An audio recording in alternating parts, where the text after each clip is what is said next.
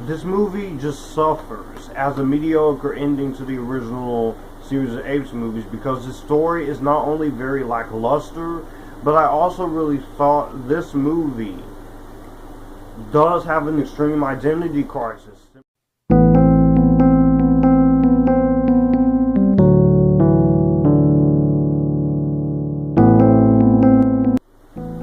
What's up, everyone? Welcome back to the Planet of the Apes reviews leading up to Kingdom of the Planet of the Apes.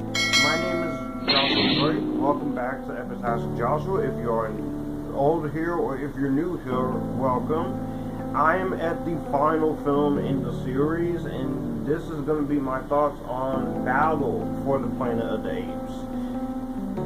Not much more to say about this one that here. So, this is directed by J. Lee Thompson, and this is written by John William and Joyce Corrington. Stars Roddy McDowell, Clyde Akins, Natalie Trundy, Severin Dodden, John Huston, and so many others. In this last movie in the original series, after conquering the oppressive humans, Caesar tries to keep the peace among the humans and the apes, but uprisings endure. This movie, of course, this is kind of what we would get later in Dawn of the Planet of the Apes. This is the last film produced by Arthur P. Jacobs 2 weeks after its release. So, yeah. This final entry, not very satisfying. But I'm not going to spend a lot of time on this one because I don't have a lot to say when it comes to this one. I just think this one is okay compared to the last one here. I will say this one was okay, but it is a massive step down from the last one, Conquest. The movie has its moments in terms of things I like. I like its moments of levity. It does have moments where it can be pretty heartfelt and it can be pretty entertaining for the most part. It does have its moments of being as grand and as epic as it could for the $1.7 million budget here.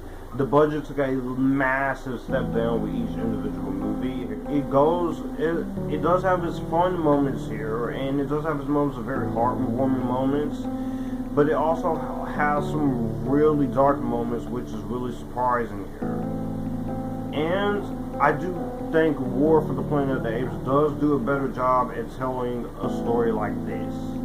And I will also say the score is pretty competent, and the performances here, Roddy McDowell, Clyde Akins, Natalie Trundy, and all the other actors here does fine. And it's pretty directing.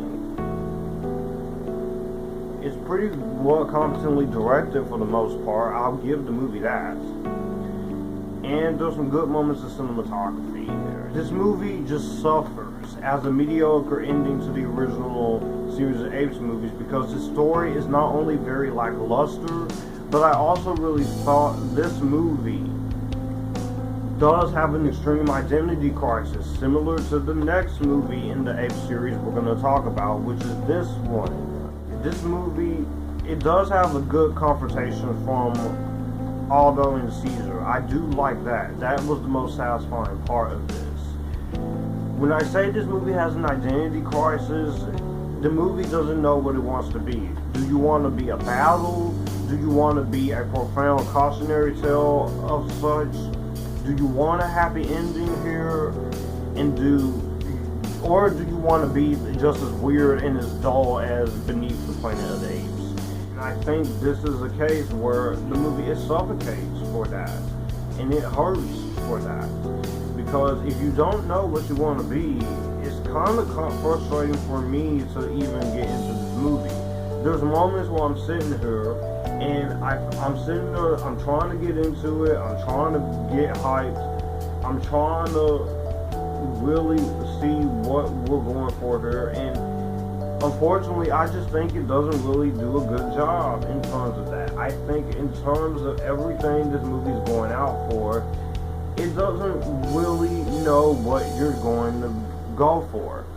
And it ends up being a mixed bag, and it makes the film feel very lackluster and pretty lame compared to the last film. And I'm not sure who's at fault for this. I know they have to do the best they can with what the budget was given, but it just doesn't feel like it's trying to be something. And it hurts saying that, because I'm sitting here watching it, and for good moments here, I'm actually really liking what they're going for here. The writing is also another problem, because you can tell the script is once again rushed. These movies are coming out in the year after each other, after the 70s. So I don't know what is going on here in terms of what's happening in this writing.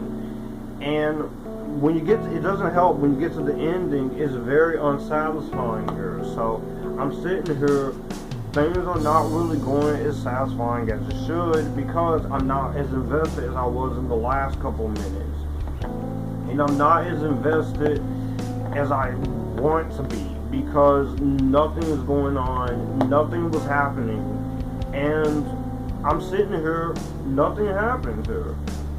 So I don't know what's going on. It just makes me feel very unsatisfied watching this movie. I'm not that satisfied when it comes to this. I should be, but I'm not, because the movie doesn't really know what is going on here. And I'll say the ending is pretty sad. I'll give it that. The ending was heartbreaking. I will give it that.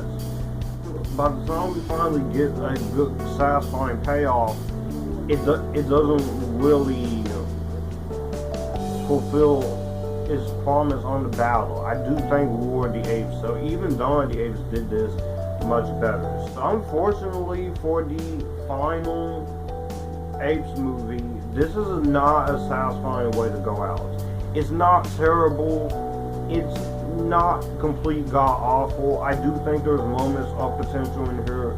I just feel like this is a film that could have been, and should have been so much more. I get the budget they had, they couldn't allow them to do much, but I just felt this was a pretty unsatisfying conclusion. It has its moments.